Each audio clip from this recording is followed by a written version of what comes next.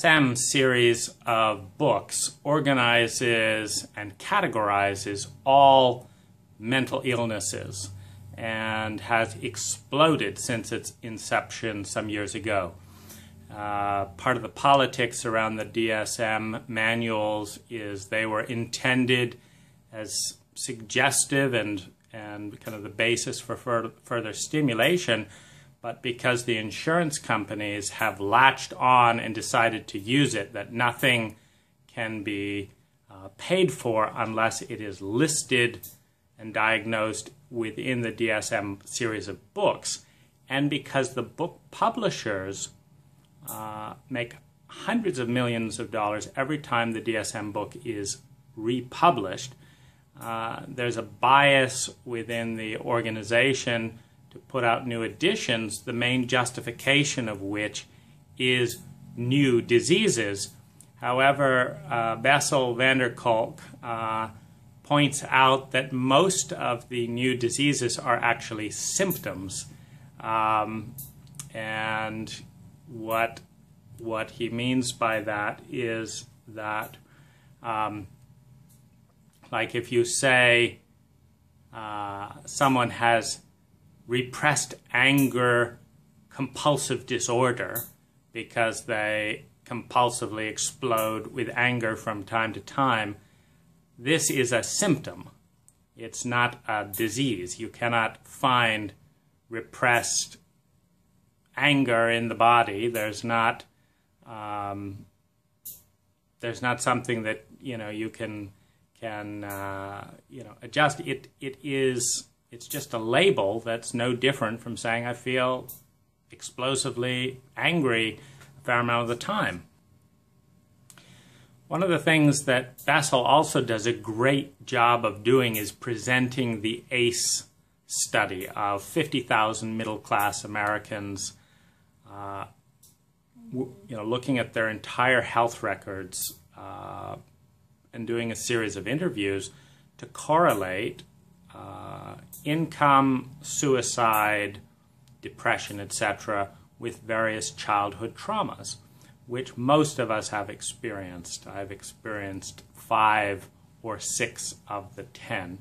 And people over 4 who have had more than 4 experiences of things like being shouted at repeatedly and made to feel small, beaten, watching one of your parents be beaten by the other, things like that, having a family member go to prison. 1 in 3 American families have domestic violence, so it's very rare to have an American who has no trauma. It's just a question of degrees, how we process it, that kind of thing. So there's this long, ever-growing list of basically symptoms, all the various ways that a particular set of experiences expresses itself, but most of them seem to stem back to there's a foundation. So there's childhood trauma and neglect, abuse, etc., which is all experienced as trauma for an infant. Then this kind of sets the set point, because, for example, Iraqi veterans who did not experience childhood trauma to a high degree, who come back, are far less likely to develop PTSD than veterans who maybe experienced less in a military context, but that was piled on top of an untreated, unintegrated and resolved trauma from childhood. So you have the base template, which is set in the childhood experiences, and then you have how much trauma is laid on top of that in later life, and then you have how stressful is your environment. And this, along with certain genetic factors, basically determines how sick, how miserable, how dysfunctional, or how functional and healthy and alive one is going to be. And But part of the things that we all deal with is this labeling thing. And so my journey of, quote, labeling was, I was eccentric, I was weird, I was not quite right, I might have bipolar 2, then I'm a highly sensitive person. That's a book by Elaine Aron. I have Asperger's syndrome. I have PTSD. Now, that's just reading through a list that if you feel this way, do these things, blah, blah, blah, then you have this syndrome, this disease, this, etc. And we love labels in this country. And so I've actually found it's quite important in a country that focuses more on the abstract of the label than on the person.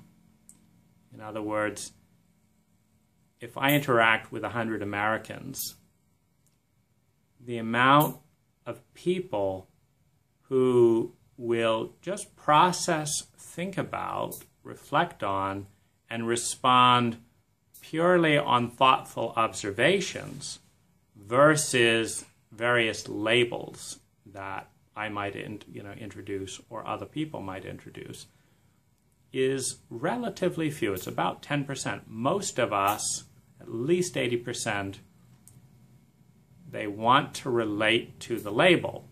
And here's what I mean. If I say I get really irritable when people interrupt me, nobody wants to hear that. Like, what are you trying to do? Control, blah, blah, blah.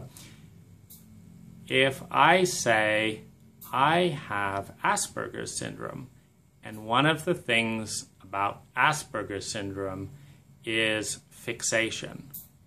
And fixation happens in some models and paradigms because it's the part of the brain in which the individual can escape from the wide spectrum lens in which all the trauma is contained, so that in the cycle of trauma, as it's peaking and ebbing, throughout the life, that I really need something to fixate on to protect me from a wide spectrum exposure to a peaking trauma emotion because it's just too overwhelming. So that's how Asperger's people are. People are like, oh, I see. That's why you have that. Oh, okay, fine, that's fine. Because they have the label. They are not fine with an individual, unique, present world. They are not okay with accepting a trait or a characteristic that, on the basis that I don't understand why I need to do this, but I do for some reason. It makes people very uncomfortable. So they need labels. And I have tried to, once I learned that the hard way, accommodated them. So, okay, so for the last couple of years, I've had Asperger's. The real benefit of a label is that it helps other people to hold a package of information and have a conversation about who I am. And I haven't always known why. I haven't always known the right label. But what Bessel van der Kolk, I think, accurately suggests in The Body Keeps the Score is that the labels are ultimately not important. What's really going on is that in a healthy, safe child's development, they experience deep emotional bonding with at least one parent in which they feel safe and secure, that they can grow, that they will be protected, that they are loved, and that they will get what they need to survive. That this regular state of maturing, produces healthy, relaxed, normal cortisol and adrenal levels, etc. That when one or more parents appears to or actually does threaten the child's well-being with intense hate, rage, hostility, punishment, vindictiveness, shame, terror. I'm going to abandon you. You're useless. I may kill you. I'm going to beat you. I'm going to terrorize you. That this dramatically alters the brain's development by activating the part of the brain that is more the old part, more the animal part, and puts us, if it is not repaired, if it is not like, oh, I'm so sorry, I don't know what came over me, I was stressful at work, this is what happened, please accept my apology, this is what I think we can do as a family so that this doesn't happen again. This was not your fault, and I'm going to do my very best and I'm going to get help. That's a repair, and perhaps a rebuilding of trust and safety. When repeated abuse happens without repairs, and particularly when it's blamed on the child, there is no safe haven. When the entire community stands by, I don't want to interfere, I don't want to mess with that crazy parent, I don't want to be sued, so we're all going to abandon that child. We all know that child is being abused, but we are not going to take a stand. In that condition, a child will take on incredible terror that will become systemic, that will not calm down,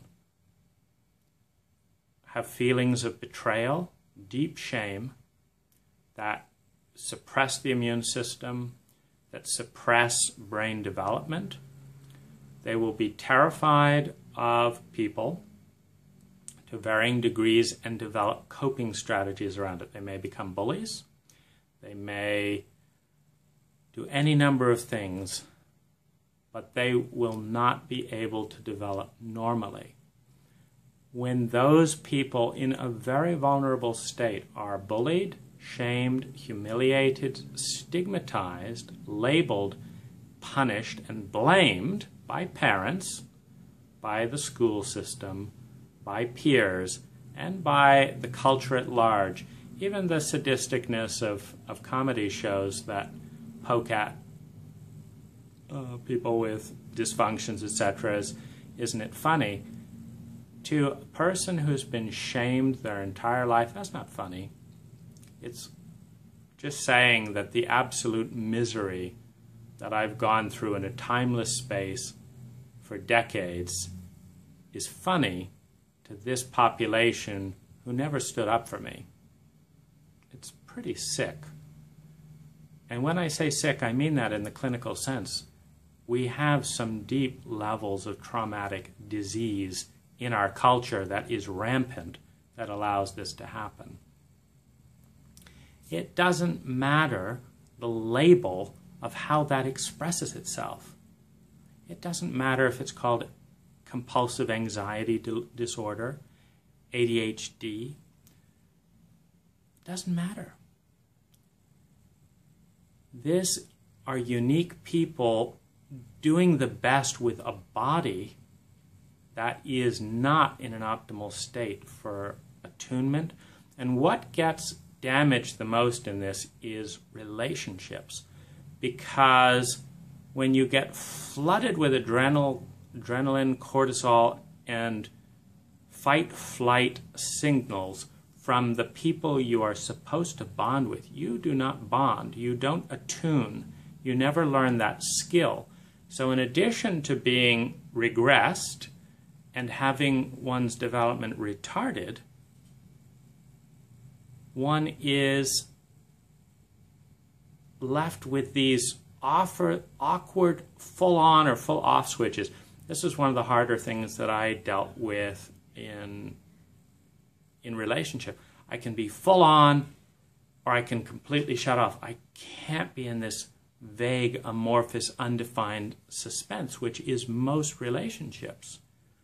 And so I'll have conversations with someone that, they're going really well and we're coming to the end and they're like kind of drifting off in this amorphous, like maybe we'll see each other, maybe not. And I want to know. Are you my friend? Does that mean you're going to call me in a few days? Or are you just one of these thousands of people that says, I'll talk to you later, and that just means that if we bump into each other sometime in the next few years, we'll have a casual chat? I want to know. And it's not a mental wanting to know. It's a panic, survival wanting to know. And this is directly connected to those early bonding with parents, and it's very awkward. Meaning, I would say 80% of people resent or don't like the intention of crystallizing that amorphous whatever into, okay, do you want to call me at 6 p.m. on Thursday? Or shall we just say goodbye and let this be a one-time event, rather than let's be friends, but it has nothing to it. It's just, I have apparently thousands of friends out there that I haven't spoken to or don't even know their number. And that need, you can call it obsessive compulsive disorder, you can call it whatever, but it's more important to understand the many different ways that individuals respond to a given type of trauma, stress, pain, terror, fear, etc., and then put into an environment that is not conducive to resolve that, to honor it, to acknowledge it. And that often, if there's a lot of, for example, abandonment, betrayal issues, and all these people are saying, oh, I'll call you, but then they don't, it triggers that, like, here's another person who's not doing what they're saying, and it doesn't get processed through the, oh yeah, that's just figure of speech. There's a part of the young brain, frozen at a young age, that takes things literally, like children do. And so I think this is, so where I've got to on all of this is the label doesn't matter all that much. Asperger's and PTSD both provide a context, as does being highly sensitive, to talk about some of this. It's a great filter, by the way, meaning what I mean by that is it tends to be the most intelligent, compassionate, mature, and thus interesting people who have the patience, the presence to want to show up for this. And so one of the things that I use as a little bit of a filter to partly save time, because most people can't and won't respond well in this terrain, is to lead with the things that most people can't or don't want to respond to. And then what that leaves is 2 to 10% of people, depending on the filter, that have the ability, the interest, and those tend to be some pretty amazing and exciting people who in turn appreciate the uniqueness that is usually present. Like my girlfriend, she is an amazing woman. And I appreciate her in her uniqueness, her drive, her dedication, the way that she's able to do so many things that a typical person couldn't or wouldn't want to do. And I celebrate that in her. So there's a nice, one of the phrases going around is neural typical and neural atypical. There's a nice eclectic mix of some really amazing people And they don't have to be reduced down to labels, but sometimes it helps.